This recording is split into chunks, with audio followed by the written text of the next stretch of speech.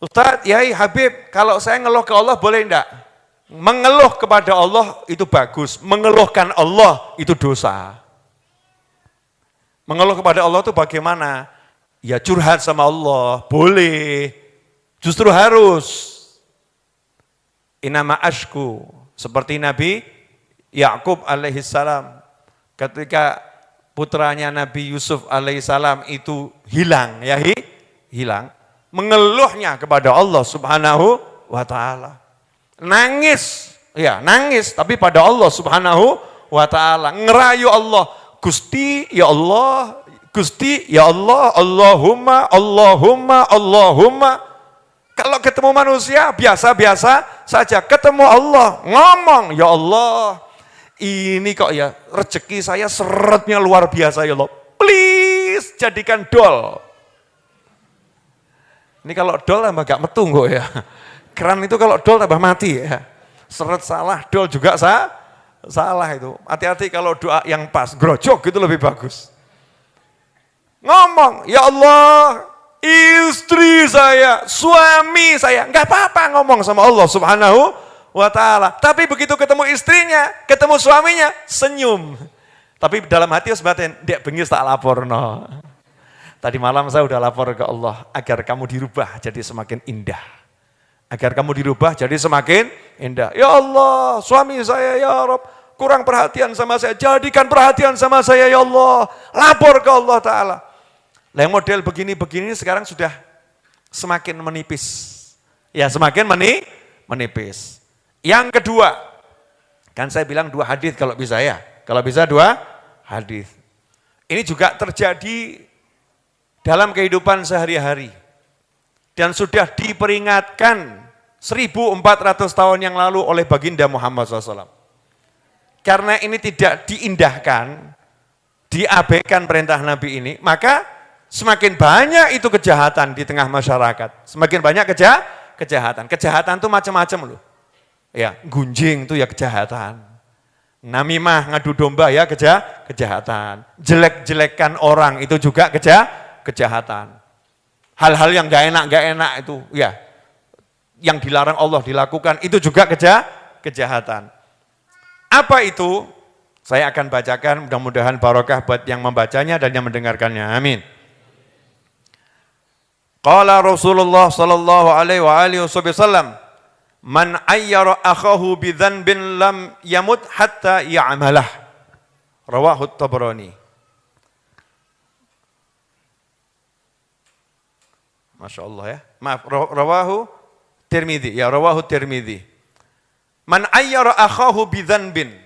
Siapa yang menghina saudara muslimnya atas dosa yang dilakukannya, maka dia tidak akan mati, tidak akan meninggal dunia sebelum dia melakukan dosa yang sama.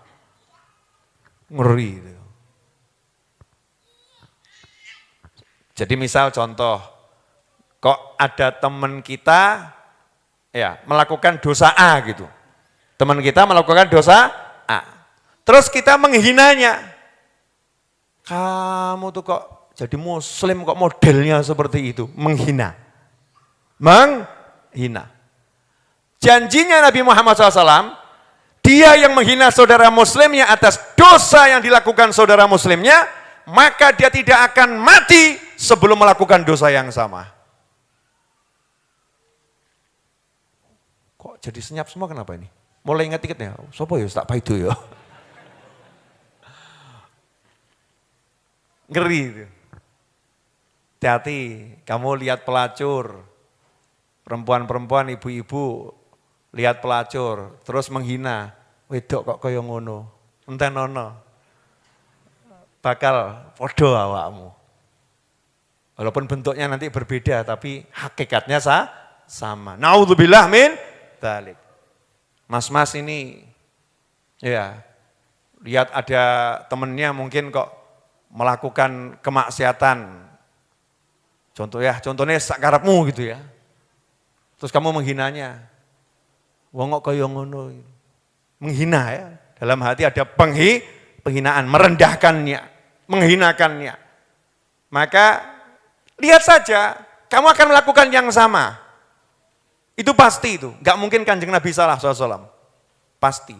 Lah kenapa sampai Rasulullah SAW mengajari seperti ini?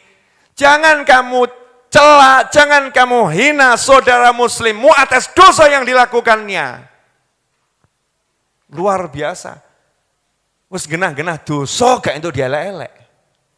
Sudah jelas-jelas berbuat dosa yang haram, gak boleh kita menghina muslim yang lain. Apalagi muslim yang gak berbuat dosa. Masya Allah. Gak ada hujan, gak ada angin, ada muslim kita caci, kita maki, kita hina. Wah itu nanti sebelum meninggal ngalami A sampai Z itu. Naudzubillah min dzalik. Mulailah di sini setan berbicara. Apa terus lah ya orang amar ma'ruf nahi mungkar. Apa kemudian gak amar ma'ruf nahi mungkar. Terus emangnya kalau ada orang mabuk suruh diemin aja, orang judi suruh diemin aja, maling suruh diemin aja, korupsi alias maling juga, ya kan? Suruh diemin aja, orang zina suruh diemin aja, maksiat diemin aja. Begitu Ustaz, ya Habib. Bukan begitu. Amar ma'ruf nahi mungkar itu wajib, tapi tidak menghina. Menghina itu lain. Contoh. Ada seseorang yang berbuat maksiat A. Begitu kita melihatnya, hati kita itu sedih dan sayang. Ya Allah. Sedih. Ini kalau sampai tidak bertobat, saudaraku bisa tersentuh api neraka. Sedih. Langsung yang muncul apa? Allahumma ghfir lahu, Allahumma arhamhu. Ya Allah ampuni dia. Ya Allah sayangi dia. Setelah itu kita tutup aibnya. Jangan sampai orang tahu. Jangan sampai orang tahu. Sayang. Kemudian, ini sudah amar ma'ruf nahi mungkar belum nih? Sudah. Siapa nggak bisa merubah dengan tangan, minimal dengan lisan. Yaitu doanya diantaranya dengan hati, dengan doa. Kalau bisa ngomong, bagus, parani. Caranya ngomong bagaimana? Ya nggak langsung dikandani, dek, ojo zina, haram rokok gitu. Nggak masuk. Yang ada apa? Dek, iya. Di samping rumah jenengan tuh ada tempat yang bisa dibuat pengajian enggak? Deket-deket situ. Loh, ada apa? Saya itu mau bawa Habib Novel pengajian di sana. Masya Allah. Siapa Habib Novel? Belum kenal toh? Iya, podo. Mulai ngobrol, betul kan ya ngobrol. Nah nanti dengan ngobrol itu hati ketemu hati, proses namanya amar ma'ruf nahi mungkar, enggak ujuk-ujuk gebyur. Ada prosesnya. Didakwahi pelan karena niatnya merubah bukan menyingkirkan, merubah. Fal yughayyirhu. Hendaknya dia merubah. Jadi amar ma'ruf nahi mungkarnya jalan. Tapi tidak dengan menghinakan. Tidak dengan menghinakan. Nah sekarang yang terjadi Masya Allah. Begitu mudah itu kita tuh senang lihat orang bermaksiat gitu ya. Senang menghina maksudnya. Itu. Apalagi ketika orangnya jalan hadir majelis. Yang biasa maksiat ini datang ke pengajian. Terus kita nih duduk di soft paling depan, lihat orang itu datang, mulai senggol-senggolan. Masya Allah. Terus ngasih sama cepret, foto, kirim di grup. Dia datang. Masya Allah. Ada enggak yang model begitu? Ini bahaya ini. Akan diuji dengan melakukan kemaksiatan yang sama. Makanya enggak ada, penghinaan itu enggak ada kepada ahli maksiat. Yang ada didoakan, disayangi, ditutup aibnya, dimintakan ampun untuknya. Setelah itu diajari agar tidak terjerumus pada kesalahan yang sama. Ini sekarang ini enggak kita ini. Makanya perlu kita bereskan diri kita semua, jadi muslim yang betul-betul baik. Jangan pernah mengeluhkan musibah kepada manusia. Kemudian jangan pernah menghina orang yang berbuat dosa, doakan, tutup aibnya, mintakan ampun, nasihati dengan kaidah-kaidah yang sudah diajarkan dalam memberikan nasihat. Karena memberikan nasihat itu baik amar ma'ruf maupun nahi mungkar itu ada ilmunya. Gak bisa sembarangan. Contoh, saya mau kasih contoh sederhana. Ada anaknya teman kita mabuk. Anaknya teman kita mabuk. Terus kita marahin. Kamu itu jadi anak gak beres, mabuk saja. Tiru tuh anak saya. Hobinya ke masjid. Gak seperti kamu, mabuk-mabuk. Di kampung ini, teriak-teriak. Saya mau nanya, bapaknya kira-kira ridho enggak anaknya dibegitukan? Akhirnya terjadi apa? Justru bapaknya moro. Jangan kamu jelek-jelekan anak saya. Emangnya anakmu mulai bapak mbak bapak itu. Yang tadinya ini katanya mau nasehatin, akhirnya bapak ketemu bapak. Akhirnya nyat ke bapak rabecus. Wah, Masya Allah. Terpaksa Pak RT jadi duru damai itu nanti. Karena akan terjadi huru hara. Karena caranya salah.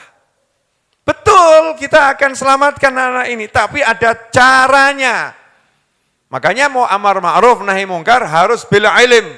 Harus punya ilmu, harus belajar.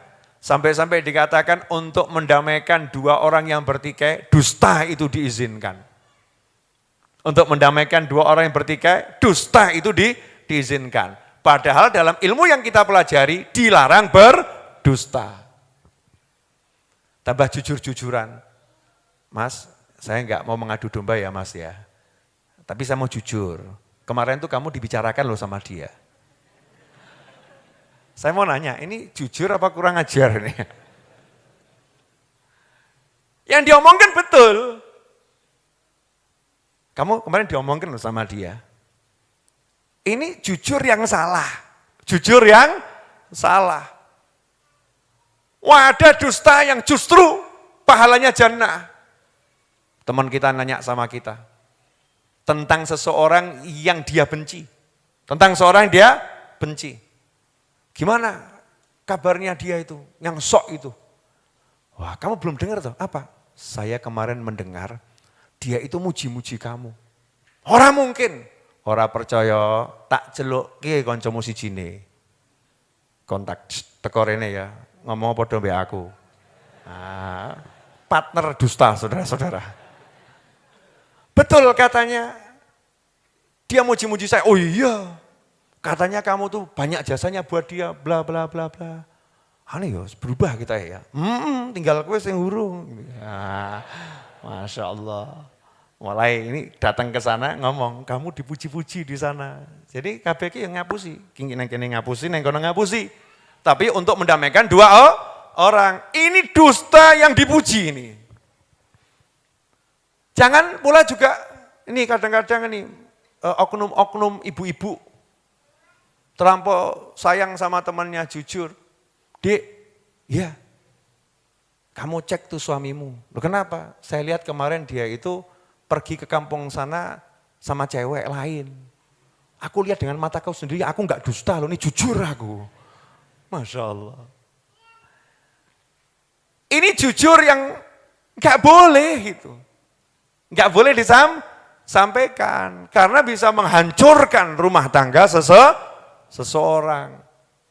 Ada ilmunya, semua ada ilmunya. Maka ikhwani rahimakumullah, dua sabda Nabi SAW tadi, insya Allah jadi ilmu yang barokah, manfaat untuk kita. Amin.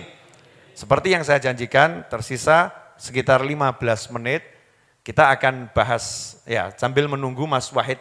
Mas Wahid Mujiono sudah sampai belum? Belum? Sudah? Nah silakan dibagi Mas Wahid. Ini qasidahnya Habib Ali bin Muhammad bin Husain Al-Habsyi, Sahibil Maulid Simtud Duror. Qasidah ini singkat, silakan dibagi kawan-kawan. Qasidah ini singkat, tapi syarat dengan doa yang luar biasa. Jenengan kalau baca ini tiap habis sholat cukup. Ini kalau dibaca tiap habis sholat cukup. Misalnya kok nggak iso ndonga, wah saya nggak punya doa, saya Rabbana atina fid dunya hasanatan wa fil akhirati hasanatan wa qina adzabannar. Kamu tambahin satu ini, sama satu lagi ini itu. Masya Allah, mantap nanti kamu doanya. Ya doanya mantap. Yang pertama diawali dengan asyraqal badru alaina waqtafa badrut tamami mithla husnih ma ra'aina fil iraqaini wasyami. Muji Kanjeng Nabi Muhammad SAW. Ya, memuji Kanjeng Nabi Muhammad sallallahu alaihi wasallam. Itu diantara makna solawat. Solawat itu muji Kanjeng Nabi Muhammad SAW. Orang kalau mau doa disuruh solawat dulu. Asraqal badru alaina waqtafa badrut tamami. Bulan purnama yang sejati telah terbit menyinari kami sehingga purnama yang ada ini menjadi sirna. Jadi kalah itu rembulan kalau dikala purnama itu kalah, hilang dia. Kenapa? Karena ada cahaya Nabi Muhammad sallallahu alaihi wasallam. Mithla husnih ma ra'aina. Keindahan seperti baginda Nabi enggak pernah kami lihat di Irak, Iran maupun di Syam. Fil Iraqaini wasyami. Setelah itu mulai doa, Rabbi faj'al mujtama'ana ghayatu husnul khitami. Ya Allah, jadikanlah pertemuan kami nanti hasil akhirnya adalah husnul khatimah. Ghayatu husnul khitami wa'tina ma qad sa'alna min atayakal jisami. Dan berilah kami apa yang sudah kami minta ya Allah. Mintanya kan macam-macam ya. Pernah minta A, pernah minta B, pernah minta C. Ini diringkas. Waqtina ma qad sa'alna. Beri kami apa yang pernah kami minta ya Rabb. Min atayakal jisami. Karunia-karuniamu yang besar-besar. Bukan yang kecil-kecil. Wakrimil arwaha minna biliqa khairil anami. Kemudian muliakanlah ruh-ruh kami untuk berjumpa dengan sebaik-baik manusia, yaitu baginda Muhammad sallallahu alaihi wasallam. Doa minta ketemu Kanjeng Nabi, baik di alam mimpi, di alam nyata, dunia, barzah, sampai di jannah. Makna liqa itu luas. Sekarang maupun nanti biliqa khairil anami. Terus ditutup dengan sholawat dan salam. Wa balighil muhtara anna min salatin wa salami. Dan sampaikan kepada Nabi Muhammad SAW, sholawat dan salam kami, min sholatin wassalami. Kalau sholawat dan salam kita disampaikan kepada Nabi oleh Allah Ta'ala, makanya kita kalau kan sholawat sallallahu ala Muhammad sallallahu alaihi wasallam itu ya sholawat dan salam, kita minta Allah yang bersolawat, kita minta Allah yang bersolawat. Sampai pada Nabi Muhammad SAW, Rasulullah balas ke kita, sholawat dan salamku juga untukmu. Makanya kita akan bersama-sama baca ini nanti sebagai penutup majelis dan seterusnya. Setelah doa yang biasa kita baca. Ya, setelah doa yang biasa kita baca. Nah karena ini sudah waktunya untuk ditutup, pemirsa dimanapun berada, kita mau tutup dengan doa yang biasa kita baca. Terus setelah itu saya mau ngelatih dulu, ya mau melatih ini tim kecil saya sama jenengan semua. Nah, nanti silahkan dipakai di rumah-rumah antum semua. Ya, di majelis-majelis antum, di langgar-langgar, musola, di kantor-kantor, nutup majelis gak usah bingung, ya mau doa juga gak usah bingung, baca yang satu ini, udah saya jelaskan tadi maknanya, maka sudah tercakup semuanya. Waqtina ma qad sa'alna, butuh apa tadi? Masing-masing punya permohonan, beri ya Rabb apa yang kami minta, min atayakal jisami. Setelah itu kita minta yang paling agung. Apa itu? Berjumpa dengan Nabi Muhammad sallallahu alaihi wasallam. Di awalnya minta dulu husnul khotimah. Karena tujuan hidup ini akhirnya indah. Sebelum ditutup dengan doa penutup majelis, saya mau kasih tambahan satu ilmu lagi. Boleh atau enggak boleh? Alhamdulillah ya. Enggak boleh tetap ngeyel saya. Peringatan untuk saya dan antum semua. Ngaten Jih, kita ini manusia, mbok melek titik. Manusia ini melek titik. Enggak ada yang hidup abadi. Pasti mati. Betul ya? pasti mati. Itu yang pertama. Yang kedua, nggak ada yang sehat terus. Suatu saat juga mengalami